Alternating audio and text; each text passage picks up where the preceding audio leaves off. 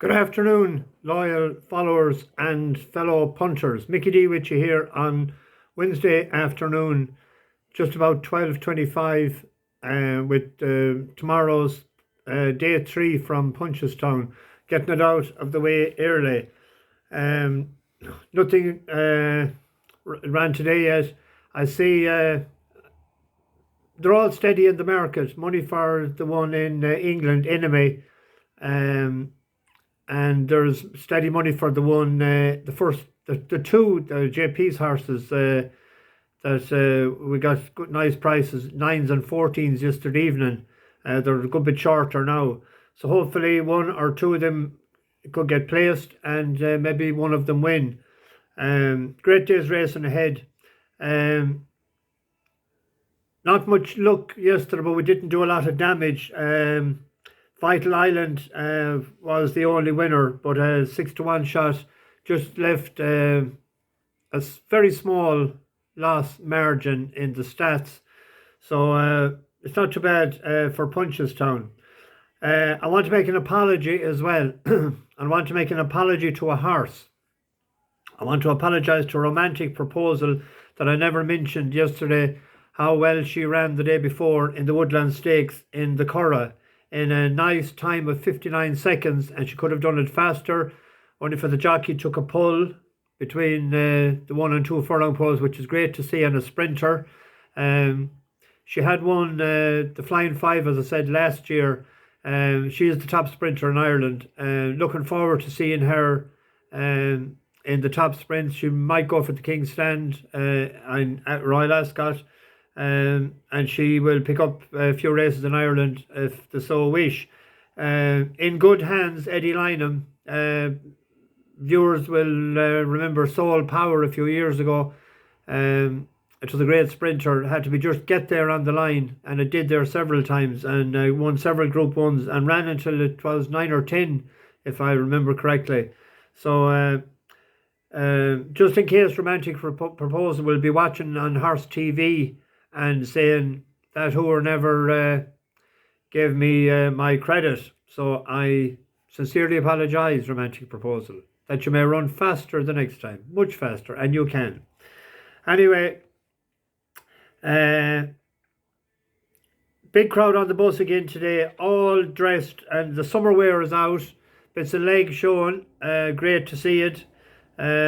First time this year I've seen a bit of leg getting on the bus. Aidan Curry was at the bus stop early this morning. Super Wilf. Martin O'Sullivan arrived and he was all smiles. He had a 5 each way on Mighty Potter yesterday at 20-1. Alan Carroll was on the road early. Porrick Noon landed with a wheelbarrow. He was just after purchasing in Woody's yesterday evening. And it was a nice size one. I hope we can fill it, Porrick, for you. So the deal is you fill it and I'll wheel it. Banjacked 2 again, and he was exactly that. He was banjacked when he arrived from Burlington in Canada. He's a Limerick man. It was great to see him over for the races. I think Burlington is famous for its Royal Botanical Gardens. Correct me if I'm wrong, banjacked, if you're not too banjacked. Great to hear from you. So anyway, we'll rattle on with day 3. Oh yeah, I'm looking for a chef as well for the bus, a chef and a helper. With the prices in hotels and bars and everything now, we're going to do, well, I have cooking facilities down at the back. So anyone interested in putting their name forward, let me know. And we have a cocktail waitress. Oh no, she's gone on holidays. We need a cocktail waitress as well.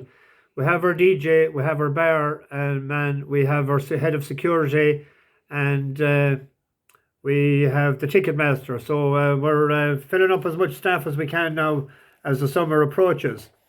The 340 tomorrow is a 2 miles handicap hurl, 28 declarations. There's only 7 runnings of this. 2 favourites, a 5-2 favourite and a 6-1 favourite. The favourite this year is a Harry Fry trained horse, Gin Coco. That'd be some mix, wouldn't it? Gin and Coco.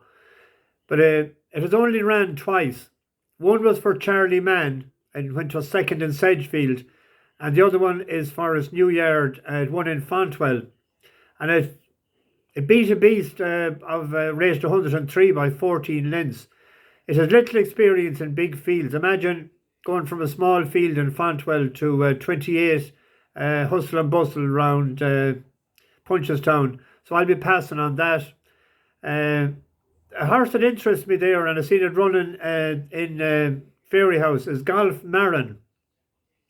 JP and Tony Martin, nice combination for the old gamble. It's a 6-year-old out of no risk at all. It's a half brother, I noticed, to Riviere de Tel and Cap Course. So you'd be expecting that it would be better than a 108 rated horse. It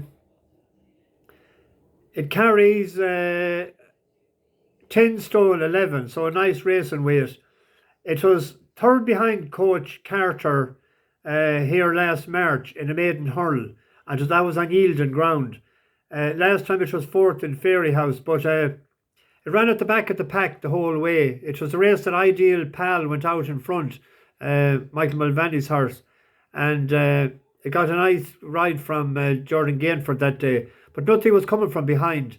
But that did, and it got a horse fell in front of it at the last, but it stayed on nicely, I thought, and that if the handbrake was off and if it was closer to the pace on this sort of ground, that it might be competitive at a big enough price. There's another one there. I always like to put two when you have 28 horses. Bold Approach, 6-year-old out of Dawn Approach, trained by Brendan Duke. Now, this was rated 99 on the flat at its peak. So that should transfer nearly to 130, adding £40 of a difference, like between flat and hurls. This is rated 117, so it might have room to manoeuvre a bit. Good ground. It ran on the when it was run on the flat. It ran on good ground to attain its good figure.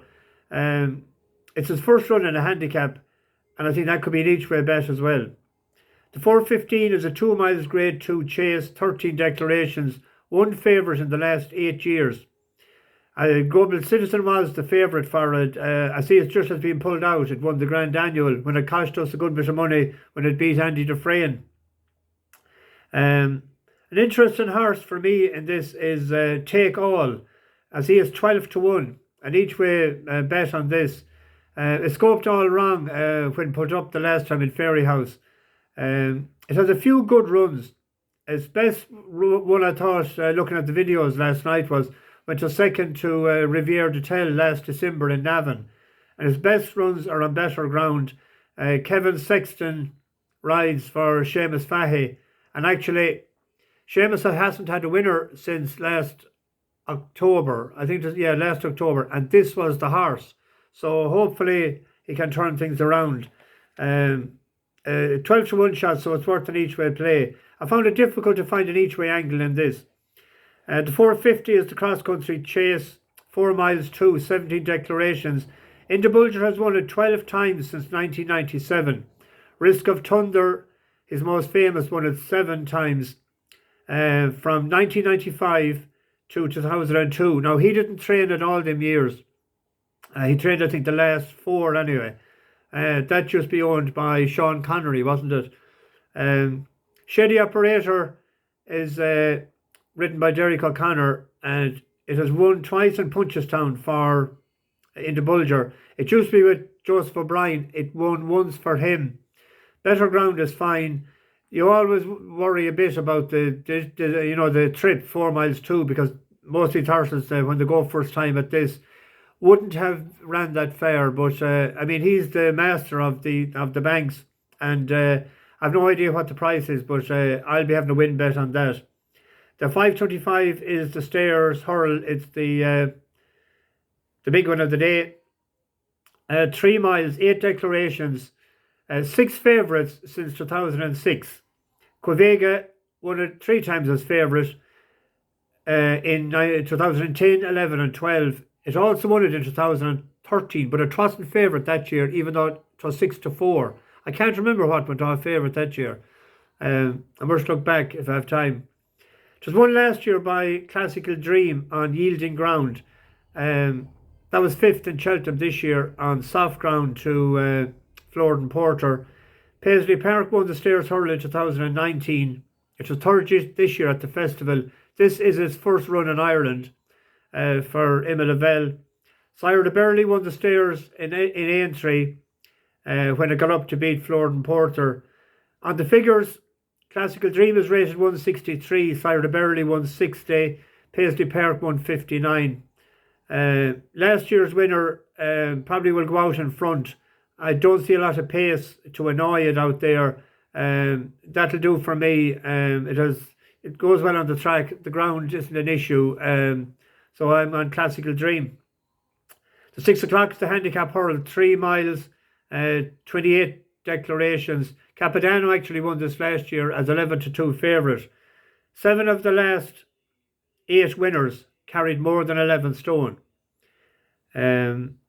Sassy but Classy won her won over the track last November, rated 123. It's now 136, but Rob James takes a valuable 7 off it, so that'll bring it back. That'll be only £6 higher than its winning figure last November. I thought an outsider as well, with a bit of chances, even though it's 11-year-old, is A Great View. It's rated 124, but it also does sort of well, places in these sorts of races. So with a big field as an outsider, that might be worth an each way play. Max Charm won its last 3, but they were over 2 miles 4, and it has went up from 104 up to 137. So it's a big ask, to step up and trip and to be running off a big figure like that. Well, we'll see how we're doing here. The 6:35 is a grade 1 novice chase, 2 miles, 7 declarations. 7 favourites won this in the last 10 run-ins. Willie has won the last 6, and he has won 7 out of 8. Gentleman De Mee won his last 3 chases. The last one was an entry beating the Arkle winner. The name won't come to me. And it's the most likely winner. It's rated 164, which is a very big figure for a novice. So that may be as a double well, no, I'll come to that in a minute. The 7:10 is a mare's handicap chase, 2 miles 5, 12 declarations. No favourite in 7 runnings of this. Jessica Harrington has won 3 out of 7. Gordon Elliott has won 2.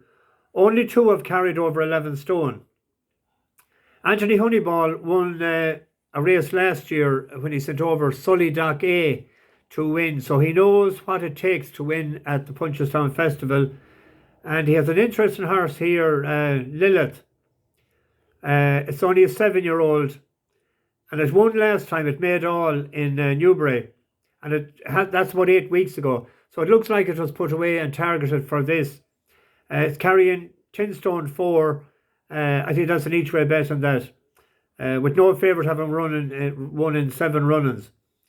The 7:45 is a bumper.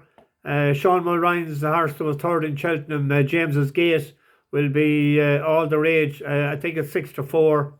It won over the track by 8 lengths in February. Dicer Dynamo won this race last year, so Willie just sent a good horse to win this. There's, I think, 70, nice prize money. So if there was, there's 2 short ones there, we'll say, Gentleman De Mee and St. James's Gate. That could be a double. And there was one other shorty there, wasn't there, earlier? Classical Dream. You could do a Trixie with them. I hope that 2 of them comes up and the 3 comes up, and do a treble with them as well, the Trixie and the treble. So that's me done and dusted for day 3. Hopefully we'll have a bit of luck on day 2. Excuse me. I get this into the upload oven now, and we'll plough on to school. Thanks very much. Subscribe to the channel if you're new to it, and I see there's a few new people, and it's great to hear from you. And I'm trying hard to get winners for us as we plough into the summer and we get ice cream money and beach money. Mickey D for the free racing tips. Over and out. Bash those bookies.